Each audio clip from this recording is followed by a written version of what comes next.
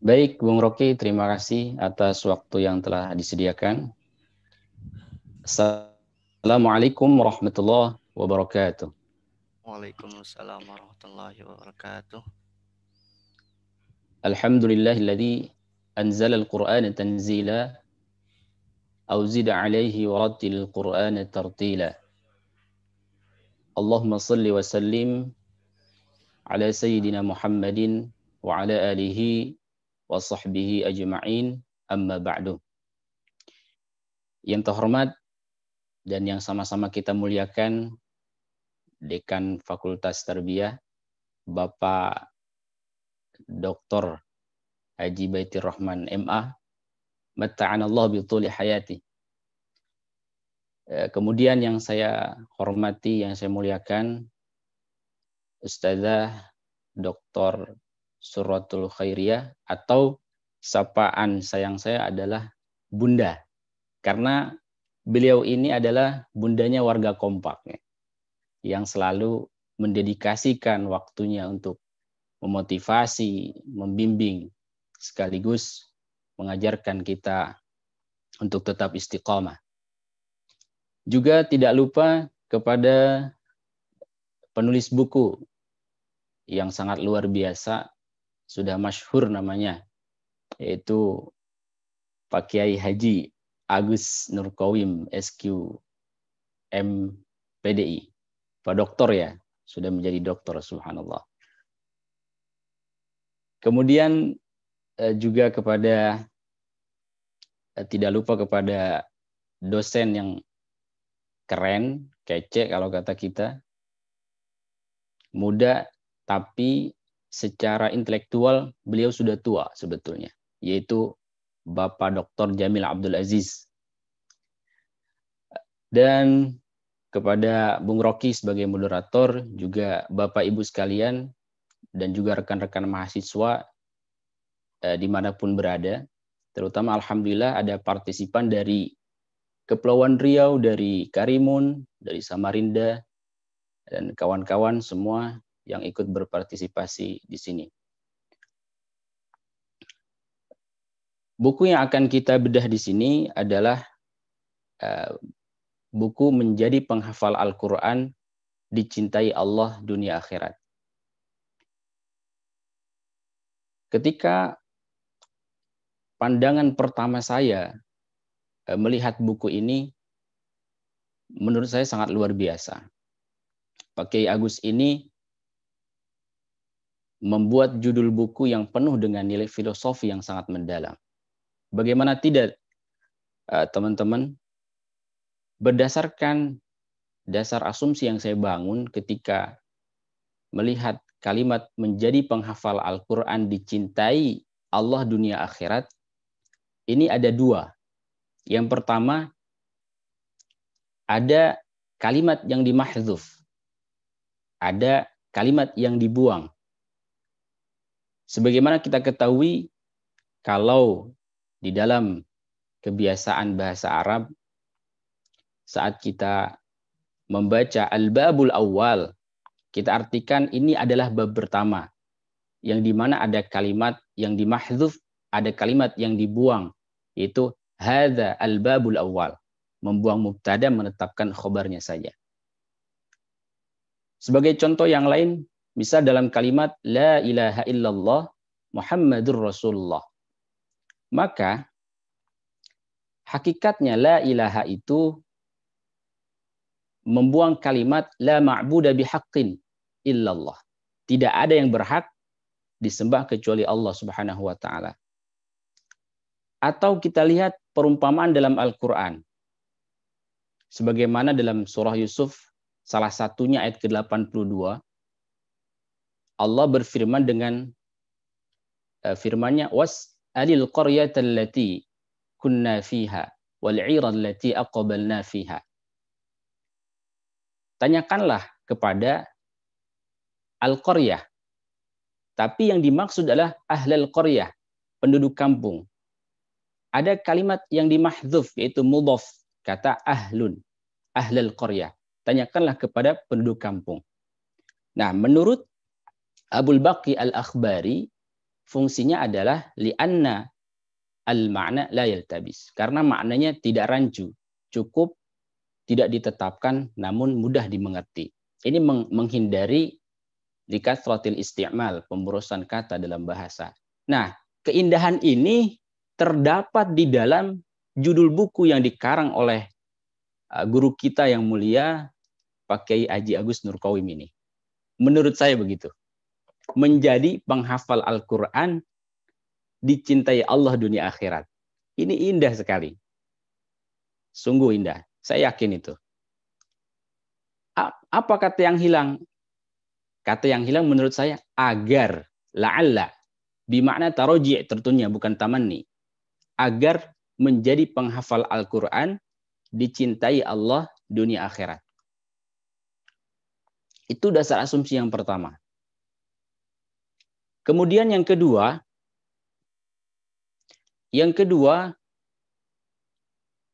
ketika kita disajikan dengan kalimat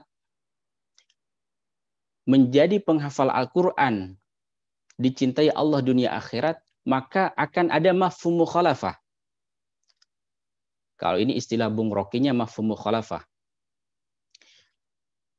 Agar dicintai berarti pemahaman sebaliknya ada loh penghafal Al-Quran yang tidak dicintai Allah baik di dunia maupun akhirat. Dari asumsi yang kedua ini, maka saya teringat satu hadis Rasulullah Shallallahu Alaihi Wasallam ketika ini diriwayatkan oleh Abu Hurairah radhiyallahu an, berkaitan dengan tentu ketika menjadi penghafal Al-Quran yang dicintai berarti ada penghafal Al-Quran atau sahibul Quran yang memang belum tentu dicintai oleh Allah. Ini saya berangkat dari salah satu kisah yang berawal dari sabda Rasulullah Shallallahu Alaihi Wasallam. Mungkin ini sudah masyhur di telinga kita. Ketika Rasulullah dalam satu majlis duduk bersama para sahabat, tiba-tiba Rasulullah bersabda begini, sesungguhnya di antara kalian ada seorang laki-laki yang kelak di neraka gigi gerhamnya lebih besar daripada gunung Uhud. Ini sangat populer di telinga kita. Sontak para sahabat terkejut. Mereka merasa khawatir. Mereka takut bahwa salah satu yang disebutkan itu adalah mereka. Maka kecemasan terus dirasakan oleh para sahabat. Hingga berjalannya waktu, sahabat yang hadir dalam majlis tersebut satu persatu gugur menjadi syuhada di medan pertempuran. Yang tersisa hanya dua nama, yaitu Abu Hurairah radhiyallahu an dan satu nama lagi adalah Ar-Rajal bin Unfuwah. Maka kalau kita lihat ketika Rasulullah sampaikan ada salah satu laki-laki di antara kalian, tidak mungkin dong Abu Hurairah. Maka yang dimaksud adalah Ar-Rajal bin Unfuwah. Meskipun pada saat itu Abu Hurairah masih cemas. Nah, Ar-Rajal bin Unfuwah ini, kalau kita lihat informasi di Tarikh At-Tabari atau di Bidayah wa Nihayahnya Ibnu Katsir, maka wa kana qad hajara ila Nabi sallallahu alaihi wasallam wa qara'a al-Qur'an wa faqihu fid din. Seorang Ar-Rajal bin Unfuwah ini adalah orang yang pernah menjadi sahabat Rasulullah, bahkan menjadi ahlul Quran, bahkan penghafal Al-Quran, dan juga faqih fid din. Sangat dalam agamanya. Tapi waja'a zamanur riddah ila Abi Bakrin faba'athahu ila ahli al-yamamah yad'uhum ila Allah wa yuthabbituhum 'ala al-Islam. Namun ketika Rasulullah sallallahu alaihi wasallam wafat, Abu Bakar naik menjadi khalifah pertama, yang dimana kita kenal ini ada peristiwa Thaqifah Bani Sa'idah.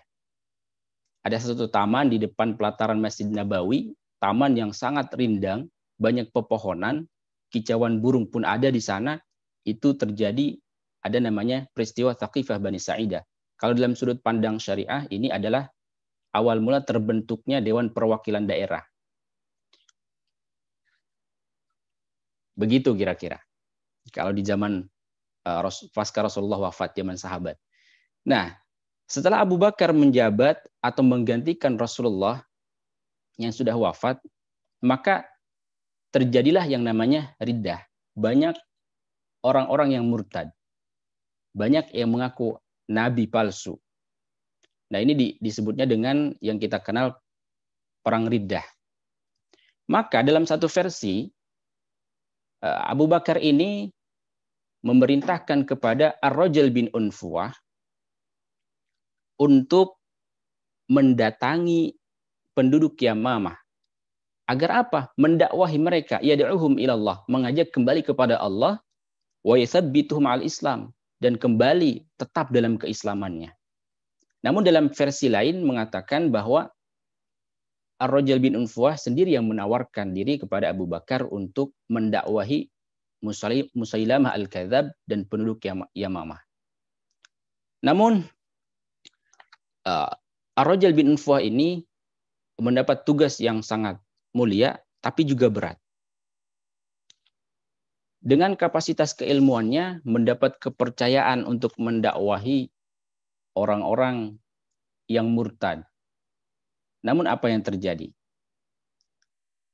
Fartadda ma'a Musailamah wa syahida lahu bin nubuwah. Ketika sampainya pada penduduk Yamamah dan bertemu dengan Musailamah al-Kadzab, singkat cerita, Ar-Rajal bin Unfuwah ini adalah tertarik dengan bagaimana antusiasme para pendukung Musailamah al-Kadzab dengan melihat kekuatan benteng baris pertahanan Musailamah al-Kadzab. Karena dalam satu riwayat mengatakan Musailamah al-Kadzab ini sosok orang yang memang ketika berdialog sangat ramah. Kemudian kata-katanya sangat bisa memikat orang. Sehingga yang namanya Ar-Rajal bin Unfuwah ini kepincut menjadi pendukung, bahkan mendeklarasikan bahwa Musailamah al-Kadzab adalah seorang nabi, sehingga beliau meriwayatkan hadis palsu mengatasnamakan kepada nabi bahwa nabi pernah berkata ada nabi setelah Nabi Muhammad. Ini adalah kedustaan, fitnah besar dari seorang Ar-Rajal bin Unfuwah.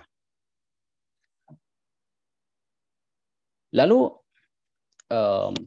beriringnya waktu, karena di perang riddah ini pada akhirnya seorang Ar-Rajal bin Unfuwah juga mati terbunuh oleh Zaid bin Khattab radhiyallahu anhu. Apa hikmah yang dapat kita petik? Kembali lagi, asumsi dasar yang kedua yang saya bangun adalah mafhum mukhalafah. Ketika menjadi seorang penghafal Al-Quran yang dicintai Allah dunia akhirat, berarti ada orang yang membaca Al-Quran, orang yang hafal Al-Quran, tapi belum tentu dicintai Allah dunia akhirat. Sebagaimana kejadian salah seorang, dulunya orang yang hafal Al-Quran, ahlul Quran, tafaqquh fiddin, pendalam agama yang sangat luar biasa, tetapi su'ul khatimah. Jadi saya kira buku ini sangat-sangat penting untuk kita miliki dan untuk kita baca. Terutama khususnya bagi mahasiswa PTIQ yang masih proses ataupun yang sudah hafal Al-Quran. Karena buku ini disajikan begitu indah. Bagaimana kita menjadi seorang penghafal Al-Quran bukan hanya orientasinya duniawi, tetapi juga ukhrawi, yang selamat dunia dan akhirat. Bapak, Ibu, dan rekan-rekan sekalian yang saya muliakan. Kemudian, sebagaimana penulis katakan dalam buku ini, bahwa menghafal Al-Quran itu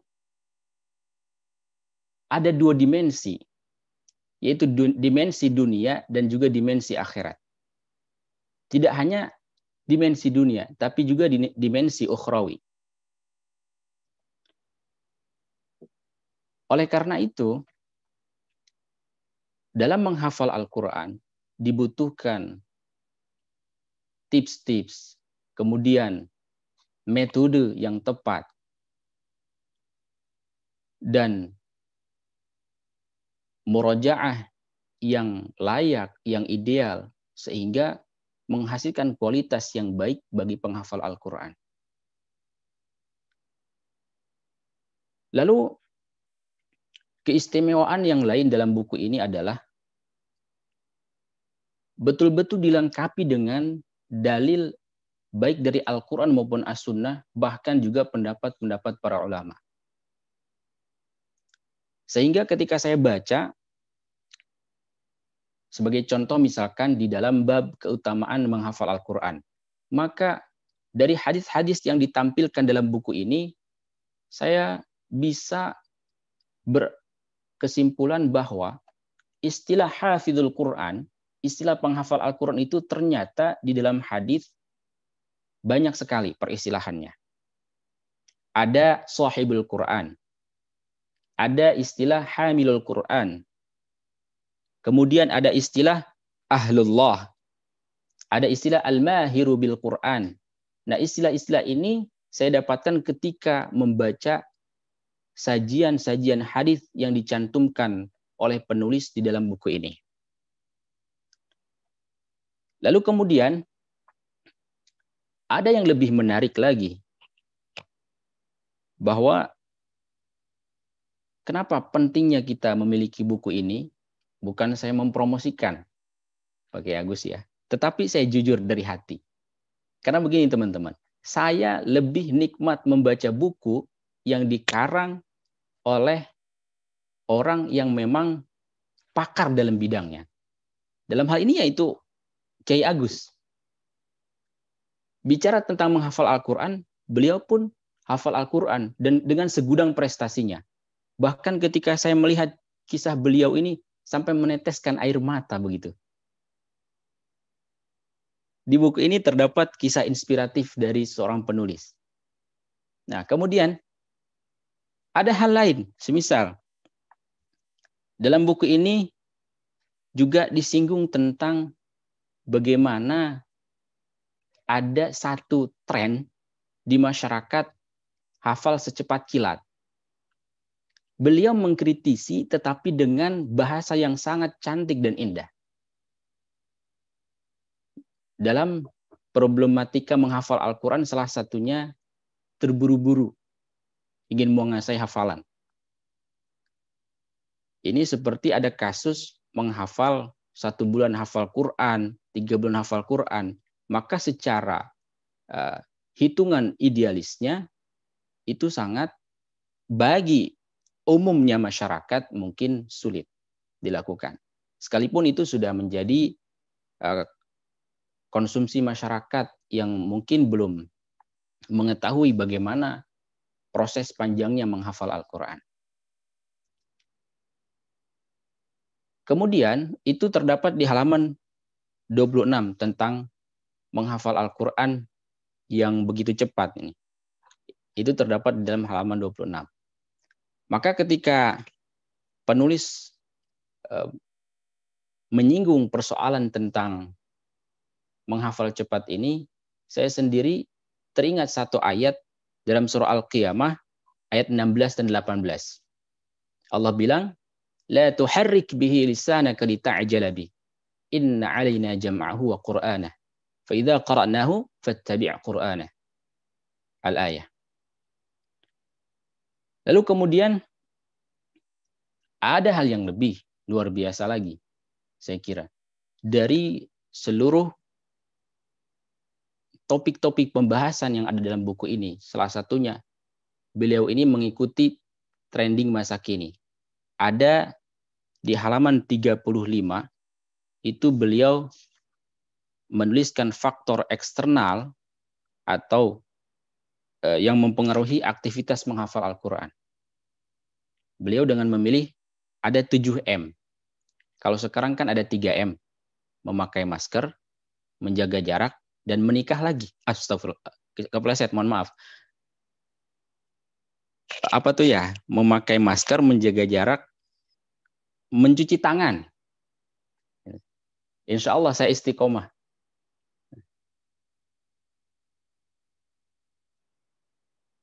Biar nggak monoton ya Bun ya.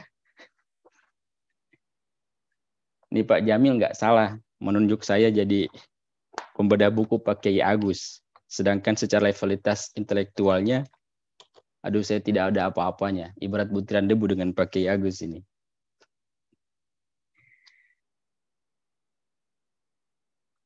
Nah, kemudian, kalau Pak Agus ada 7M.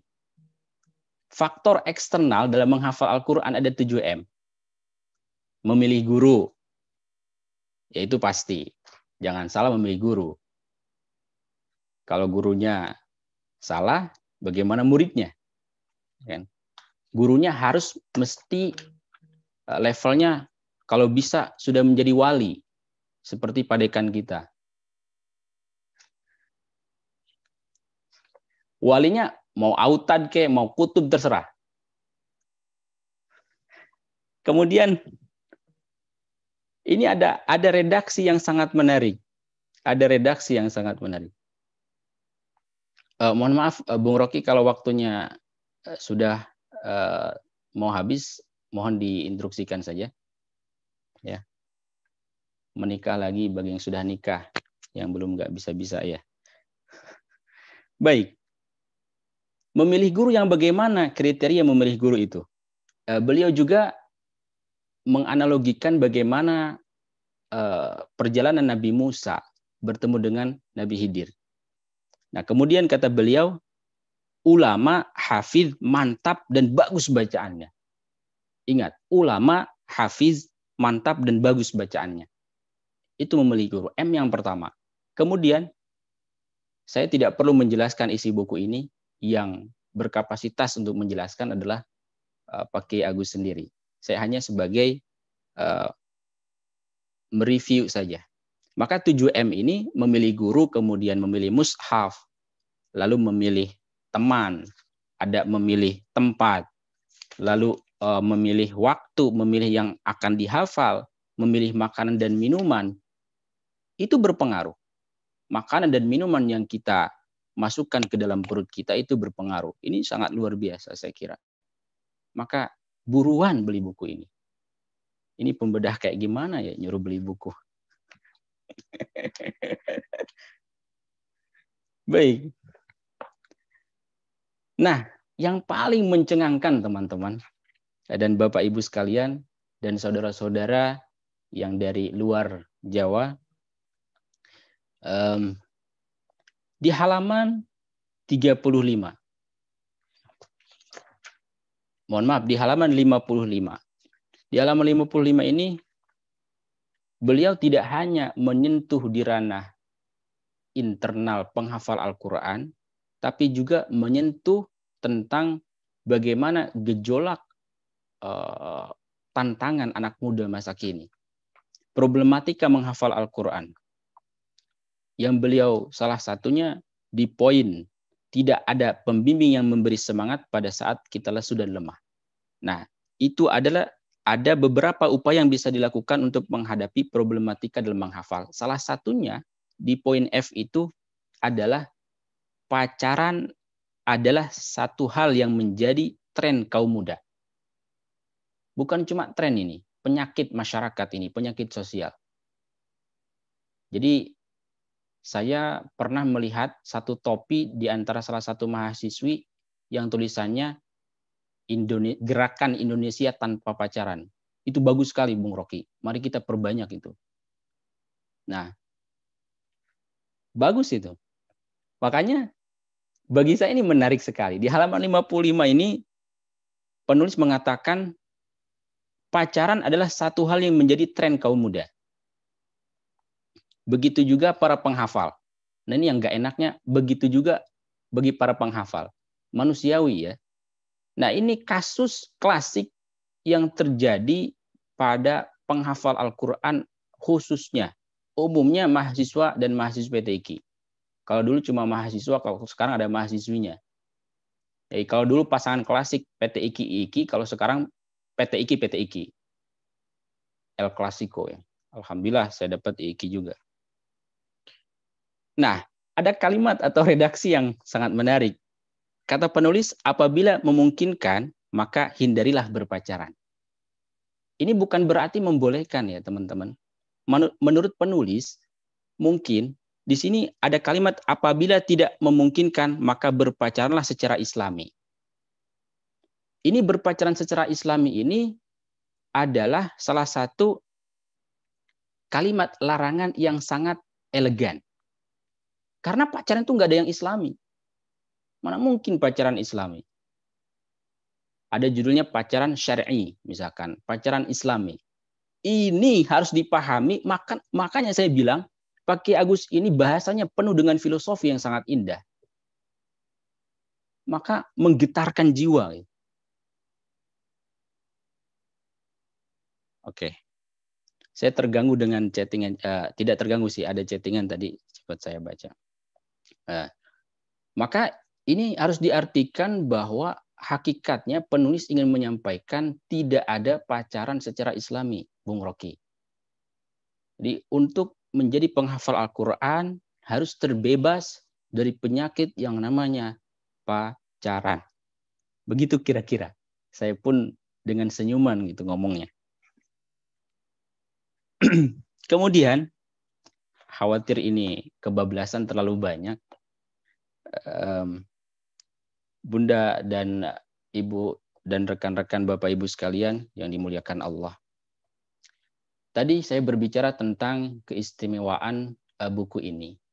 Selanjutnya, izinkan saya untuk memberikan catatan. Tentu ini bukan berarti tingkat kewalian saya lebih tinggi daripada Pak Kiai Agus, bukan. Atau intelektual saya lebih tinggi daripada Pak Agus, bukan.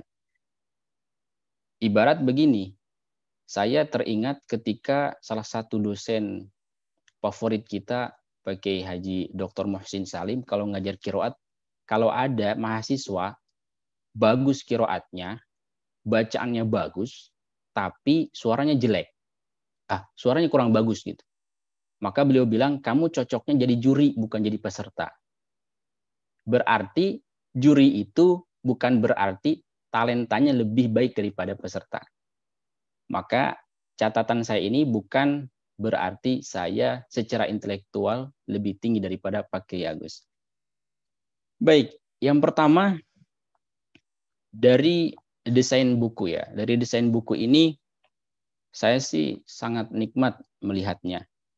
Dengan pemilihan warna yang warna merah. Kenapa warna merah? Saya pun ada asumsi juga Pak Kiai Agus. Kenapa warna merah? Karena ada kalimat cinta. Simbol cinta itu biasanya dilambangkan dengan merah. Heart, kolbun, hati. Ya, bukan begitu ya Pak Kiai Agus. Soalnya kalau ini warnanya pink, juga kurang maskulin gitu. Atau warna lain, misalkan warna biru, ungu.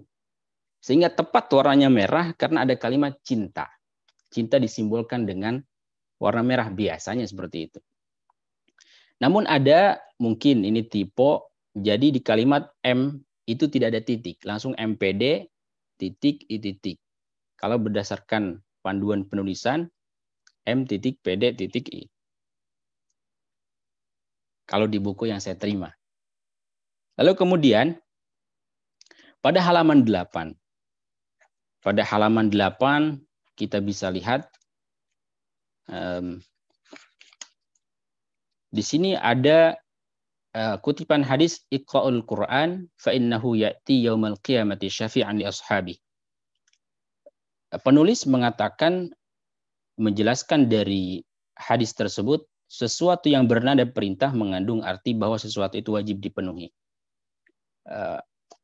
Kalau saya boleh menyampaikan, kemungkinan wajib di sini ada al-amru lil wujub, memang ada setiap kalimat perintah dalam Al-Quran itu menunjukkan kepada wajib, ada juga linnadbi, li sunnah. Kayak begini, saya contohkan. Fankihu ma taba lakum. Itu kalimat fi'il amr, tapi tidak lil wujub. Berabe kalau misalkan poligami itu wajib bagi laki-laki. Fankihu ma taba lakum minan nisa, nikahilah oleh kalian, al-amrunya diartikan lil wujub. Perintah kepada hal yang wajib. Berarti poligami wajib bagi kaum laki-laki. Kalau tidak salah di Yaman sudah diterapkan itu. Bahkan akan disangsi kalau 5 menit lagi ya. Baik. Selanjutnya.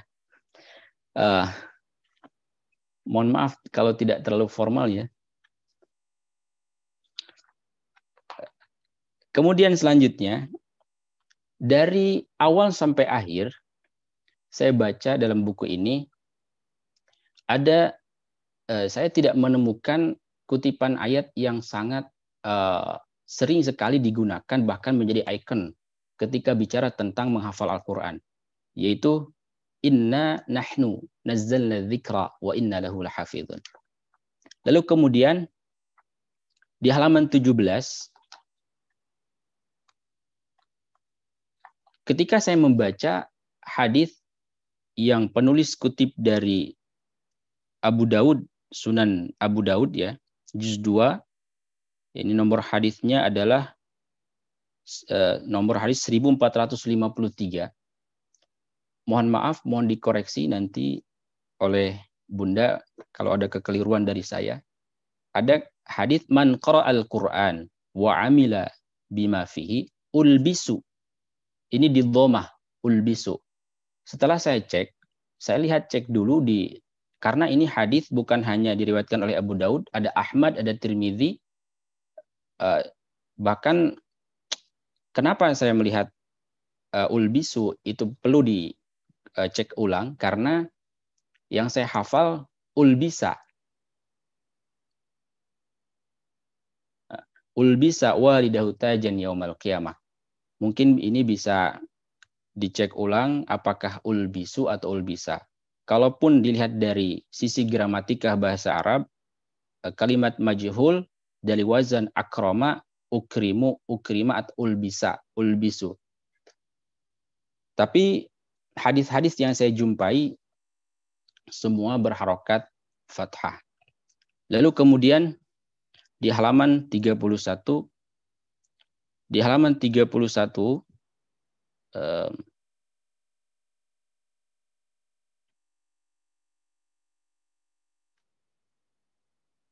Inna fi dzalika ladzikra liman kana lahu qalbun aw alqas sam'a wa huwa syahid. Nah, di sini mungkin barangkali saya yang salah atau bagaimana, penulis menerjemahkan liman kana lahu qalbun, qalbun di sini mempunyai akal. Kalau memang qalbun diartikan akal, mungkin saja atau ada penafsiran perspektif yang lain, saya tidak tahu. Jadi kata qalbun ya tentu hati, dan saya cek di terjemahan Kemenag pun itu adalah hati. Lalu kemudian di halaman 33, di halaman 33, halaman 32. Halaman 32 ini ada di poin kedua, kesucian lahiriah, yaitu kesucian badan dari kotoran dan hadas. Yang boleh menyentuh Al-Quran adalah orang yang dalam keadaan suci. Ini setelah saya baca ayatnya wa kuntum azwajan tsalatsah. Sedangkan artinya tidak menyentuhnya kecuali orang yang disucikan. Mungkin yang dimaksud adalah ayatnya ayat 79. La yamassuhu illal mutahharun. Jadi bukan wa kuntum azwajan tsalatsah. Kemudian yang terakhir